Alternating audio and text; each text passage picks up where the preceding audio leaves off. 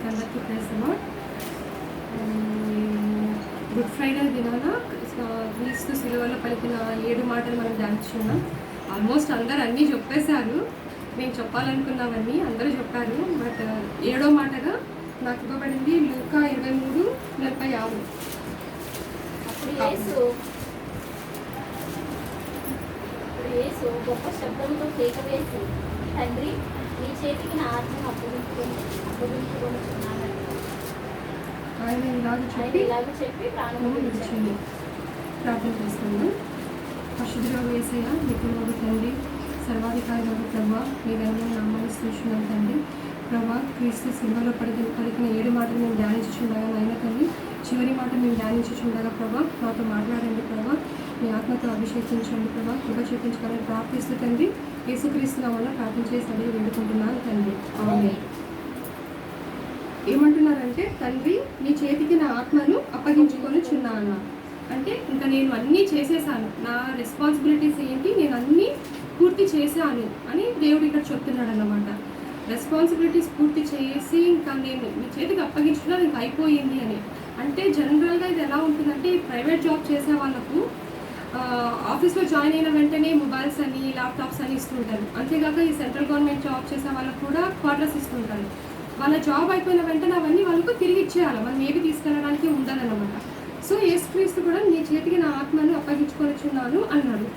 అసలు యేసుక్రీస్తు లోకానికి ఎందుకు వచ్చాడు అంటే, మత్తయి 1వ అధ్యాయంలో మనం చూసిన ప్రకారము ఏమంటారు, తన ప్రజలను వారి పాపముల నుండి ఆయనే వారిని కాపాడును కనుక ఆయనకు యేసు అని పేరు పెట్టారు.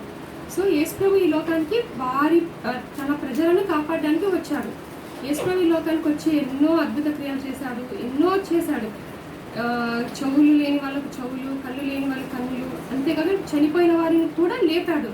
ఇంత చేసినా కూడా యేసు ప్రభుకు అనిపించలేదేమో, బహుశా తండ్రికి కూడా అనిపించలేదేమో, తన ప్రజలను పాపాల నుండి కాపాడగలుగుతారు, నా ప్రజలు నా వైపు తిరిగి వస్తారు అని. మరియు ఇంకా లేఖనాలలో కూడా ఉంది, మనం చదివాము స్టార్టింగ్లో యెషయా 53, ఆయనను నలుగగొట్టుట తండ్రికి ఇష్టమాయను అని. సో ఇంకా లేఖనాలు నెరవేరాలి కాబట్టి ఇక ఖచ్చితంగా యేసు ప్రభుకు సిలువ అనేది వేయబడవలసి వచ్చింది. ఆ రోజులలో శిక్షలు ఒక్కొక్క డిఫరెంట్ టైప్స్ ఉండేవన్నమాట. మనందరికీ తెలుసు, రాళ్ళతో కొట్టి చంపడము, ఇంకా ఒక్కొక్కరిని ఒక్కొక్క రకంగా ఆ రోజులలో శిక్షించేవారు. ఈ సిలువ అనేది ఎలాంటి శిక్ష అంటే, అది ఒక ఫైనల్ అన్నమాట. అది ఎంతో అవమానకరమైన శిక్ష కూడా ఆ రోజులలో.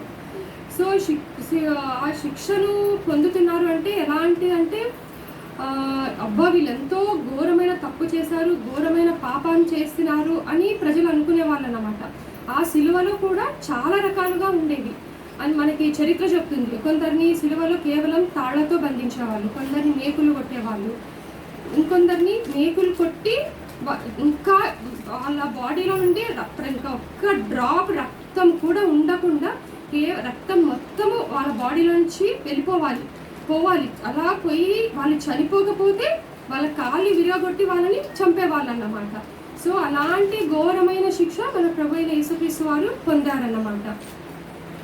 అయితే లేఖనాలలో చెప్పిన ప్రకారము ఆయన ఎముకలలో ఒక్కటిని విరవబడలేదు అనేది నెరవేరబడాలి. కాబట్టి యేసు ప్రభు దేహం నుండి రక్తం అంతా వెళ్ళిపోయింది. ఆయన ఇంకా బ్రతికి ఉన్నాడా లేదా అని చూచుటకు ఏం చేశారు, బల్లెంతో ఆయనని పొడిచారన్నమాట. ఆ యేసు ప్రభు ఇంకా చనిపోయాడు అని.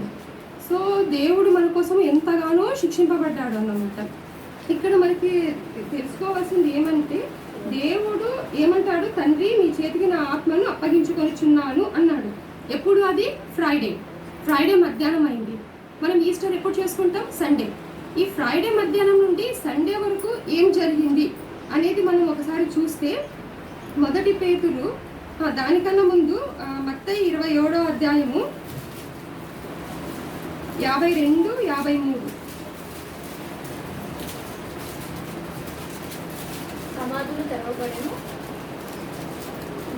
నిద్రించిన అనేక మంది పరిశుద్ధుల శరీరములు లేచెను. వారి సమాధుల్లో నుండి బయటికి వచ్చి ఆయన లేచిన తర్వాత పరిశుద్ధ పట్టణంలో ప్రవేశించి అనేకులకు బాధపడింది. సమాధులు తెరవబడెను, నిద్రించిన అనేక మంది పరిశుద్ధుల శరీరములు లేచెను. సో పరిశుద్ధుల ఆయన చనిపోయిన వెంటనే దేవాలయం తెర చిరిగిపోయింది, బండలు పగిలిపోయాయి, భూకంపం వచ్చింది, పరిశుద్ధులు ఆయనలో నిద్రించిన వారు మొదట లేచారన్నమాట. అంటే అప్పటి వరకు పరిశుద్ధులు మాత్రమే చనిపోయారా? క్రీస్తుని ఎరిగిన వారు మాత్రమే చనిపోయారా? అన్యులు చనిపోలేదా? చనిపోయారు. అయితే వాళ్ళ పరిస్థితి ఏంటి? వాళ్ళు ఏమవ్వాలి? వాళ్ళకు సువార్త ఎలా తెలుపబడాలి? అది మనం చూస్తే 1 పేతురు 3వ అధ్యాయము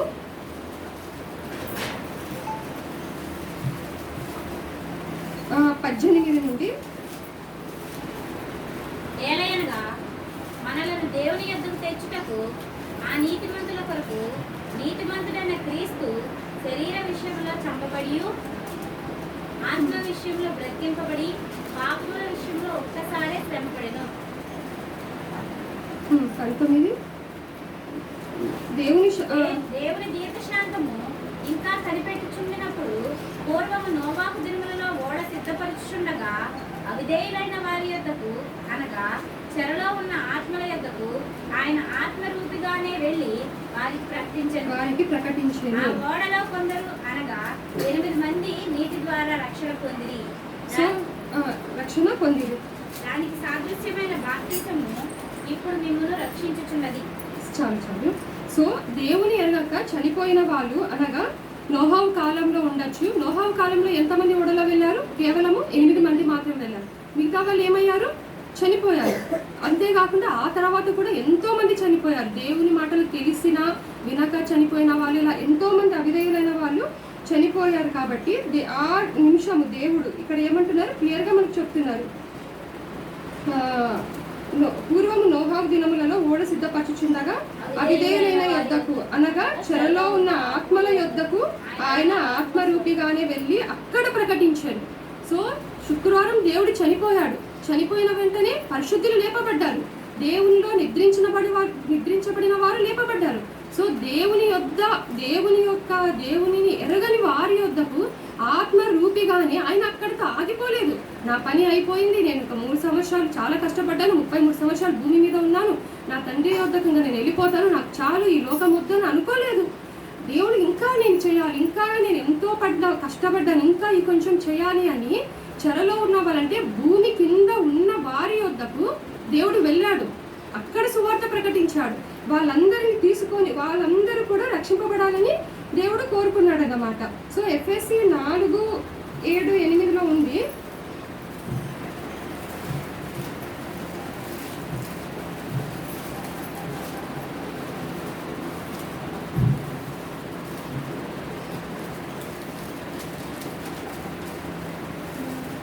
అయితే మనలో ప్రతి వానికి క్రీస్తు అనుగ్రహించు వరము యొక్క పరిమాణము చొప్పున కృప ఇయ్యబడెను.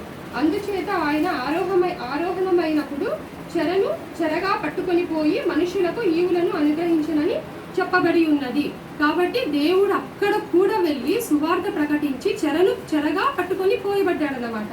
సో మనము ఈ లోకంలో ఎలాగ ఉండాలి అంటే, దేవుడు శిక్షింపబడ్డాడు, లేచాడు అని గుడ్ ఫ్రైడే చేసుకున్నాము, ఈస్టర్ చేసుకున్నాము అని కాకుండా అపోస్తుల కార్యములు 2వ అధ్యాయము 38 ప్రకారము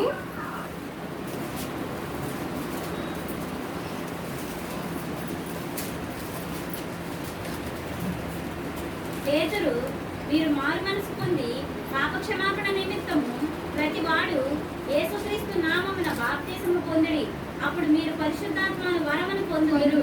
కాబట్టి మనము యేసుక్రీస్తులో ఉన్న మనము యేసుక్రీస్తుని ఎరిగి బాప్తిసం పొంది పరిశుద్ధాత్మను వరాన్ని పొంది ఈ లోకంలో మనము పరిశుద్ధులుగా యేసుక్రీస్తు వారికి సాక్షులుగా జీవించాలి. అంతేగాక రోమా 8:14 ఏం చెప్తున్నారంటే, అపోస్తలుడైన పౌలు దేవుని ఆత్మ చేత ఎందరూ నడిపింపబడుదురో వారందరూ దేవుని కుమారులై ఉందురు. సో దేవుని ఎరిగి రక్షింపబడి బాప్తిసం పొంది దేవుని యొక్క ఆత్మను పొందాలి. దేవుని యొక్క ఆత్మను పొందిన మనము దేవుని కుమారులమై ఈ లోకంలో ఉంటాము. దేవుని కుమారులమై ఉన్న మనము 2 తిమోతి 4:7-8 అందరికీ తెలిసిన వాక్యము. అపోస్తలుడైన పౌలు అంటాడు 4:7-8 మంచి పోరాటం పోరాడి తిని, నా పరుగు కడముట్టించి తిని, విశ్వాసము కాపాడుకొంటిని. ఇక మీదట నా కొరకు నీతి కిరీటం ఉంచబడి ఉన్నది. ఆ దినమందు నీతిగల న్యాయాధిపతి ప్రభువు అది నాకు మాత్రమే కాకుండా తన ప్రత్యక్షత అపేక్షించే వారందరికీ అనుగ్రహించాను. కాబట్టి అపోస్తలుడైన పౌలు ఏ విధంగా సాక్ష్యం చెప్పగలిగాడో నా పరుగు తుదముట్టించి తిని అని అంత కాన్ఫిడెన్స్, అంత ధైర్యం మనలో కూడా ఉండాలి. మనం కూడా అంత నమ్మకంగా చెప్పగలగాలి. సో అలా జీవించలాగిన యేసు ప్రభు మనందరికీ కృప అనుగ్రహించును గాక.